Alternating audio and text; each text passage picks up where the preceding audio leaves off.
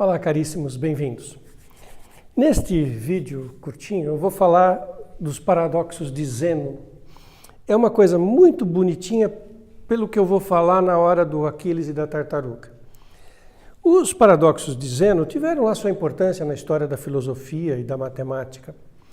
O Zeno era um grego da época mais ou menos 450 a.C., discípulo de um cara chamado Parmênides.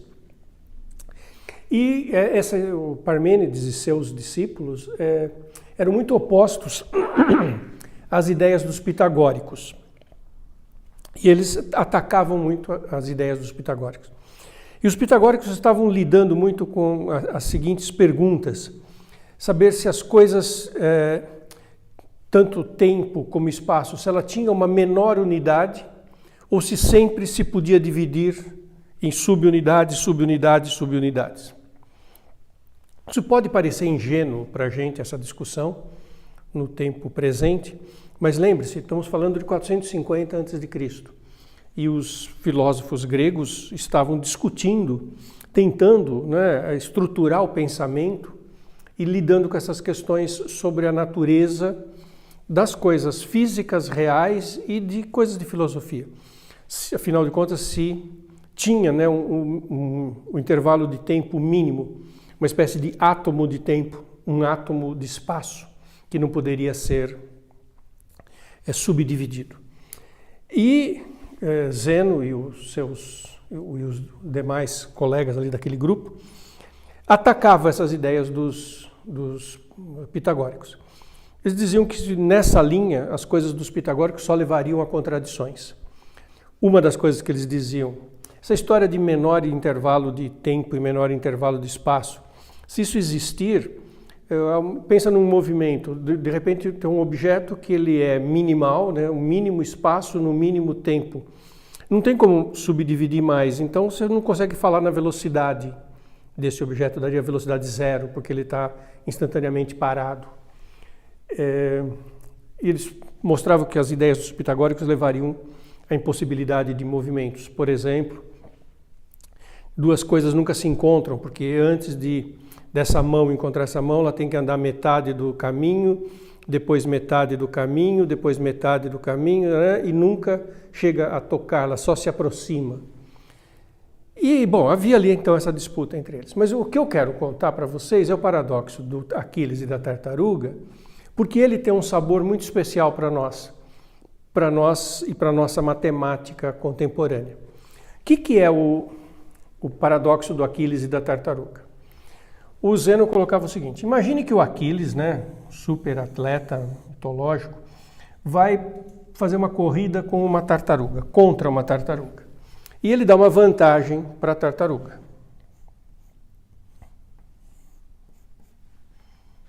Então eu tenho aqui um atleta, que é o Aquiles, e a tartaruga. O Aquiles deu uma vantagem para a tartaruga e ele sai correndo e a tartaruga também. Nós sabemos que o Aquiles ultrapassa a tartaruga. Todo mundo sabia. Ninguém estava duvidando disso. E não é difícil de quantificar. Equação horária, movimento, isso, monta a equação horária da tartaruga, tem uma posição inicial mais velocidade da tartaruga tempo, Aquiles sai da origem, velocidade do Aquiles tempo igual às posições, você acha um instante em que o Aquiles ultrapassa a tartaruga. Não é disso que se estava falando, nem o Zeno estava preocupado com isso. Ele queria mostrar uma falha nos argumentos dos pitagóricos. E ele argumentava assim: o Aquiles nunca vai ultrapassar a tartaruga.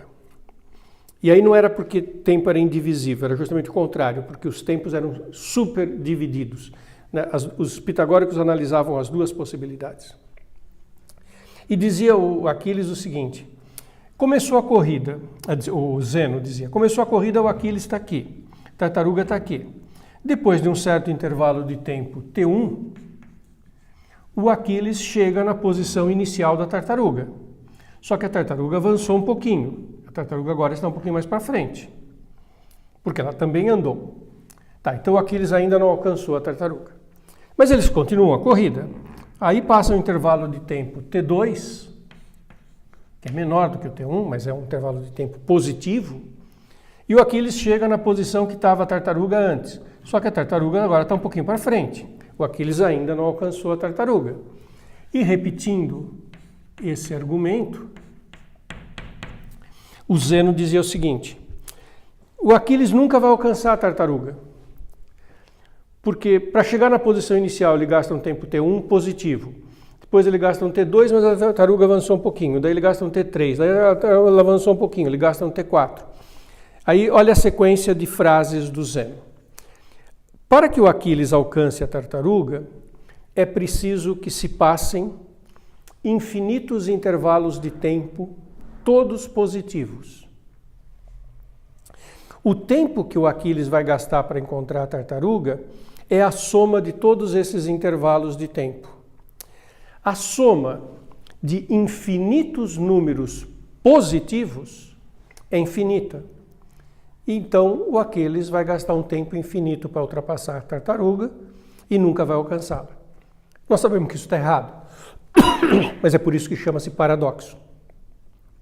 Onde é que está o erro? É muito divertido, né, essa ideia, porque os argumentos do Zeno parecem convincentes.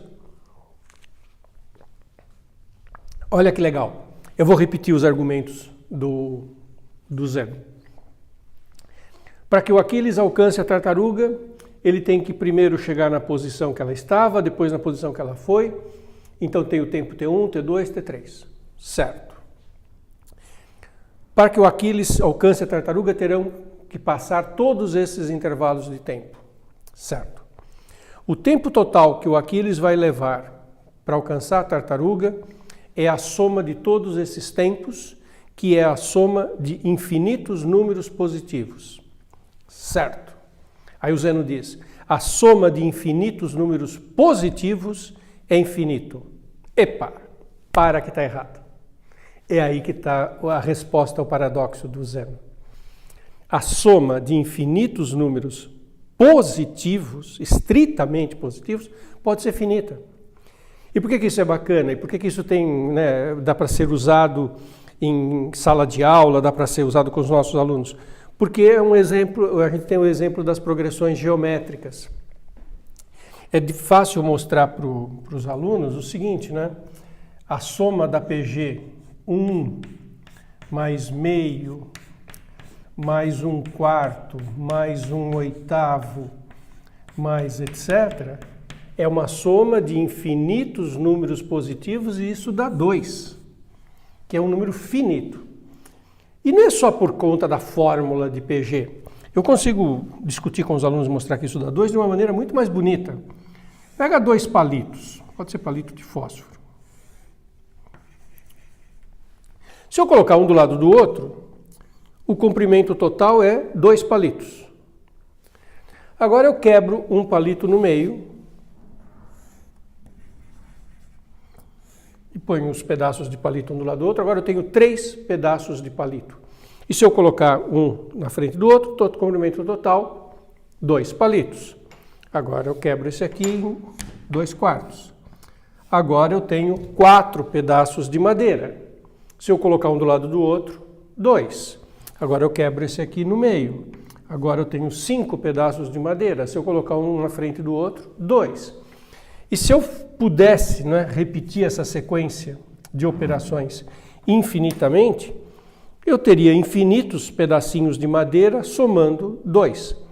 Eu não consigo fazer infinita, né, quebrar um palito infinitas vezes, mas eu consigo fazer o seguinte: eu consigo perceber que o número de somandos aumenta sem que a soma aumente.